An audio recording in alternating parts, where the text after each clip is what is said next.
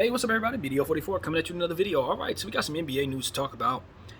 Good news for Joel Embiid and the Philadelphia 76er fans. Joel has won MVP, everybody. Joel got the MVP. I know it meant a whole lot to him and the city, his family, and his country, and he got that, man. I didn't think it were possible. You guys know I thought Jokic was going to get it, but in the end, during the last couple weeks of the season, Jokic just did not play enough games. And that was always what it was contingent on. At the end of the day, for me, it was if Jokic plays enough games, his efficiency should outclass the field. And I kind of still feel that way. He just didn't play enough games in the end. So I think Joel Embiid was more than deserving and has been for the last several years, really. Could have been either way last year, if I'm not mistaken. But nevertheless, Joel is finally the MVP, and this is not something that surprises me at all as somebody who said he was going to be MVP when he was drafted.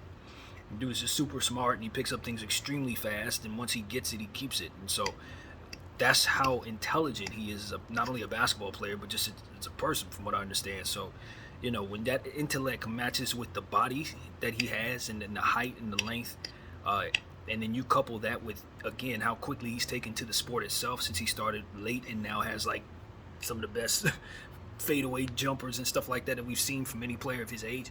I mean, his size, rather. You just know that as long as health continues to permit, eventually he's going to have his hands on a trophy. It's going to happen.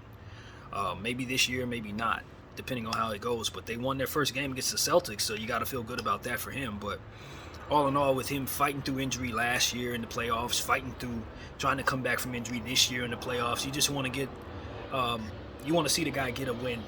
You know what I mean? Especially when you know that he's dedicated a lot to his conditioning and dedicated a lot to being patient with his career. So he deserves this for that alone. I remember how many years he had to sit big, long stretches of basketball games, seasons at a time, while they were trying to put him in a position to be conditioned enough to do what he's doing now. And this is what they had in mind that time ago. So congratulations to the Philadelphia 76ers for succeeding in getting him past that injury-prone phase into where we are right now. It's an organizational feat that should be considered when they think about what it is they've been doing here. So that's what I gotta say, man. I don't think he's undeserving at all. You know, even though I was hell-bent on telling you guys that I just didn't think he could win it based on Jokic. But now that he's gotten it, I'm very happy he got it for himself. It means something different when it means a lot to the person. You know what I mean? If I thought he would just brush it aside and say, and some personalities are like that. I don't think they care as much about these things. But you could tell he's been aiming for this for years. And seeing guys miss out on it like Harden so many times, you're just finally happy to finally see the guy get it. And hopefully this can kind of ease his mind about getting it ever again, so he can kind of not have this looming, not having it. So I personally think the only trophy that matters is Larry O in the end. But when it matters this much to receive a personal feat, you're happy to see a guy get it. So I don't know if Jokic kind of moved out the way for him to get it. To be honest with you, I think part of me thinks he might have conceded in a way, because he did end up coming back into the playoffs being just as healthy as he was before he got hurt, which is kind of how that works. But I'm speaking in it that way because I just felt like Jokic was probably rooting for him to get it too. To be honest with you, having gotten it 2 years in a row, I just felt like.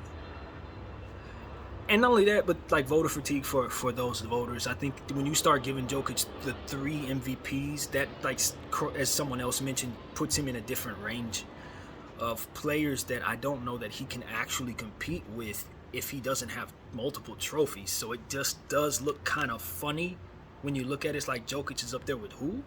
And who didn't get 2 and 3 MVPs? And so it looks like that to a lot of people, but the reality is, the absolute reality is he's just doing more. His numbers are up there because he's doing more. Albeit the era he's in allows for that, but if you look at what this dude's doing, I don't think there's any era that he wouldn't do this in.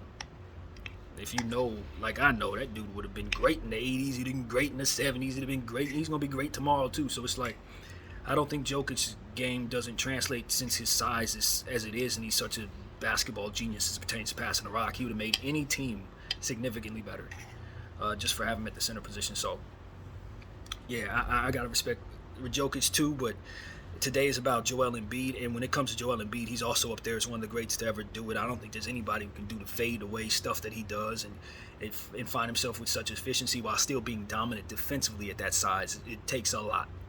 It takes a lot for him to be as good defensively as he is. So, you know, the big man, the return of the big man is what this conversation is about. Essentially, hopefully this would compel people to continue to give chances to those big guys and let them use their size to get easy buckets and ultimately show what their skill set can be, like these two here. So that's what I got to say, man. Congratulations to Joe. He stands alone at the top of the NBA MVP. And it's his. It's finally his after all this time. Looking forward to seeing him celebrate that during the next game. That will undoubtedly actually probably be the third game. Well, I don't know how they do that. Since he's still playing, I'd imagine they want to do it at home. So, that's what I'm going to say. Probably game 3. Either way, that's what I got to say, man. Thank you all for watching BDL44. I'm out.